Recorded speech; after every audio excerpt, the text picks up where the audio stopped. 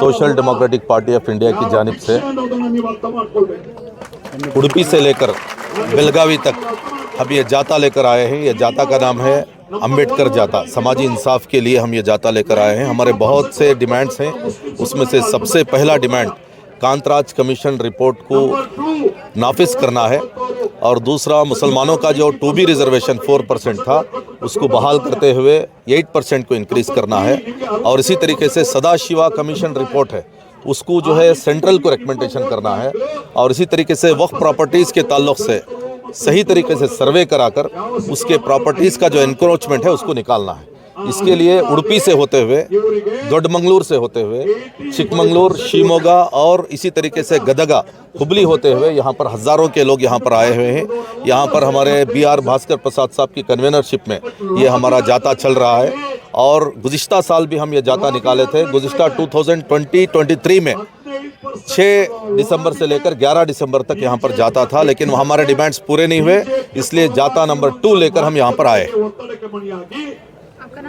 Abdul Hannan, vice president, social democratic party of India, Karnataka. अभी तक आप कोई मिलने को आए?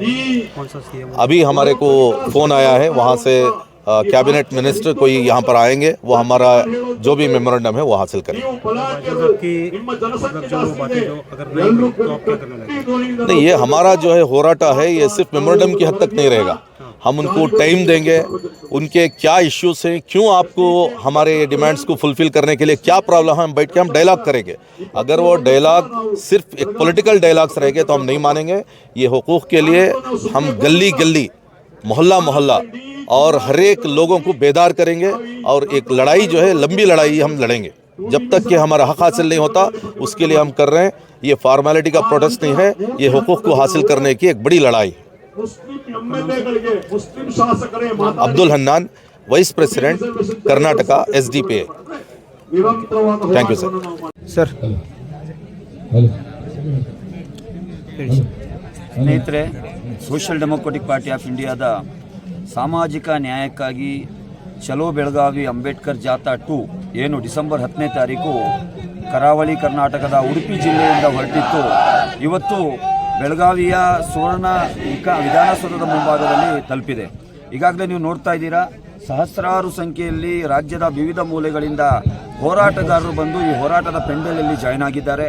ನಮ್ಮ ಜಾಥಾ ಕಳೆದ 7-8 ದಿನಗಳಿಂದ ಬೆಳಗಾವಿಗೆ ತಲುಪೋಕ್ಕಿಂತ ಮುಂಚೆ ಹಲವಾರು ಜಿಲ್ಲೆಗಳಲ್ಲಿ ಜನಜಾಗೃತಿ ಕಾರ್ಯಕ್ರಮಗಳನ್ನು ಮಾಡುವ ಮುಖಾಂತರ, ಬೀದಿ ನಾಟಕಗಳನ್ನು ಮಾಡುವ ಮುಖಾಂತರ, ಹೋರಾಟದ ಹಾಡುಗಳನ್ನು ಹಾಡುವ ಮುಖಾಂತರ, ಕ್ರಾಂತಿ ಗೀತೆಗಳನ್ನು ಹಾಡುವ ಮುಖಾಂತರ ಏನು ಈ ಯೂಟರ್ನ್ ಸಿದ್ದರಾಮಯ್ಯ ಸರ್ಕಾರ ಈ ರಾಜ್ಯದ ಅಲ್ಪಸಂಖ್ಯಾತರಿಗೆ ಮತ್ತು ದಲಿತರಿಗೆ ಮೋಸ ಮಾಡ್ತಾ ಇದೆ, ಇದರ ಬಗ್ಗೆ ಜನಜಾಗೃತಿಯನ್ನು ಮೂಡಿಸಿ ಇವತ್ತು ನಾವು ಸುವರ್ಣ ವಿಧಾನಸೌಧ ಮುಂಭಾಗಕ್ಕೆ ತಲುಪಿದ್ದೇವೆ.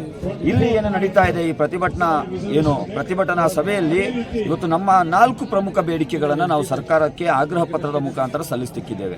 ಮೊದಲನೇ ಬೇಡಿಕೆ, ಕರ್ನಾಟಕ ರಾಜ್ಯದ 30 ವರ್ಷಗಳ ದಲಿತರ ಹೋರಾಟವಾಗಿರುವಂತಹ ಒಳ ಮೀಸಲಾತಿ ಜಾರಿಯಾಗಬೇಕು.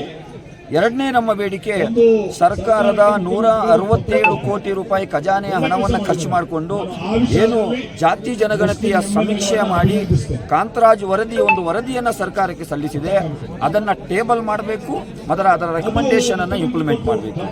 ಮೂರನೇ ಬಹುಮುಖ್ಯ ಬೇಡಿಕೆ, ಬಸವರಾಜ ಬೊಮ್ಮಾಯಿರವರ BJP ಸರ್ಕಾರದ ಅವಧಿಯಲ್ಲಿ ಈ ರಾಜ್ಯದ ಮುಸಲ್ಮಾನರಿಗೆ 2B ಮೀಸಲಾತಿ ಏನಿತ್ತು ಅದನ್ನು ಒಂದು ಕ್ಯಾಬಿನೆಟ್ ಮೀಟಿಂಗ್ ಅಲ್ಲಿ ಅವರು ನಿಷೇಧ ಮಾಡಿದ್ರು. ಇವತ್ತು social Democratic Party of India ಅದನ್ನ ಮರುಸ್ಥಾಪನೆ ಮಾತ್ರ ಅಲ್ಲ, ಅದನ್ನ 8% ಏರಿಕೆ ಮಾಡಬೇಕೆಂಬಂತ ಆಗ್ರಹವನ್ನು ನಾವು ಸರ್ಕಾರಕ್ಕೆ ಸಲ್ಲಿಸುತ್ತಿದ್ದೇವೆ. ಮತ್ತೆ ರಾಜ್ಯದಲ್ಲಿ BJP ಮತ್ತು ಸಂಘ ಪರಿವಾರದವರು ಮುಸಲ್ಮಾನರ ವಕ್ಫ್ ಆಸ್ತಿಗಳ ಬಗ್ಗೆ ತಪ್ಪು ಅಭಿಪ್ರಾಯವನ್ನು ಬಿಂಬಿಸುವಂತಹ ಕೆಲಸಕ್ಕೆ ಕೈ ಹಾಕಿದ್ದಾರೆ. ಕರ್ನಾಟಕ ರಾಜ್ಯದಲ್ಲಿರುವಂತಹ 1,20,000 ಎಕರೆ ವಕ್ಫ್ ಜಮೀನಲ್ಲಿ ಇವತ್ತು 80,000 ವಕ್ಫ್ ಜಮೀನು ಕಬಳಿಕೆಯಾಗಿದೆ, ಅಕ್ರಮವಾಗಿ ಅದನ್ನು ಕಬಳಿಸಲಾಗಿದೆ. ಅದರಲ್ಲಿ ಭೂಮಾಫಿಯಾನುಗಳು ಇದ್ದಾರೆ, ರಾಜಕಾರಣಿಗಳು ಇದ್ದಾರೆ, ಲ್ಯಾಂಡ್ ಲಾರ್ಡ್ಗಳು ಕೂಡ ಇದ್ದಾರೆ. ಅದರ ಸಂರಕ್ಷಣೆಯನ್ನು ಖಾತ್ರಿಪಡಿಸಬೇಕು. ಮತ್ತು ನೀವೇ ಕೊಟ್ಟ ಭರವಸೆ, ಕಳೆದ ವಿಧಾನಸಭಾ ಚುನಾವಣೆಗಿಂತ ಮುಂಚೆ ಅಲ್ಪಸಂಖ್ಯಾತರ ಅಭಿವೃದ್ಧಿಗೆ ಕನಿಷ್ಠ 10,000 ಕೋಟಿ ರೂಪಾಯಿ ಬಜೆಟ್ ಅನ್ನು ಮೀಸಲಿಡಬೇಕು ಮತ್ತು SCP TEP ಹಣದಲ್ಲಿ ಕಳ್ಳತನ ಮಾಡಬಾರದು. ಇಂತಹ ನ್ಯಾಯಯುತ ಬೇಡಿಕೆಗಳನ್ನು ಇಟ್ಕೊಂಡು ನಾವು ಬೆಳಗಾವಿಗೆ ತಲುಪಿದ್ದೇವೆ. ಸರ್ಕಾರ ಚಳಿಗಾಲದ ಅಧಿವೇಶನದಲ್ಲಿದೆ, ಚಳಿ ಕಾಯಿಸ್ತಾ ಇದೆ. ಚಳಿಯನ್ನು ಬಿಡಿಸಲಿಕ್ಕೆ Social Democratic Party of India ಇವತ್ತು ಬೆಳಗಾವಿಗೆ ತಲುಪಿದೆ. ಎಲೆಯಿಂದ ನೀವು ಹೊರಗೆ ಬನ್ನಿ, ನಮ್ಮ ನ್ಯಾಯಯುತ ಬೇಡಿಕೆಗಳನ್ನು ಈಡೇರಿಸಬೇಕಂತ ಹೇಳಿ ನಾವು ಇವತ್ತು ಸಹಸ್ರಾರು ಸಂಖ್ಯೆಯಲ್ಲಿ ಸೇರಿ ನಮ್ಮ ಆಗ್ರಹ ಪತ್ರವನ್ನು ಸರ್ಕಾರಕ್ಕೆ ಸಲ್ಲಿಸುತ್ತಿದ್ದೇವೆ. ಸರ್, ಲಾಸ್ಟ್ ಟೈಮು ನೀವು ಮನವಿ ಕೊಟ್ಟಿದ್ರಿ, ಹಲವಾರು ಸಡೆ ಬರೀ ಮನವಿ ಕೊಡೋದಾಗಿದೆ. ಶಾಶ್ವತ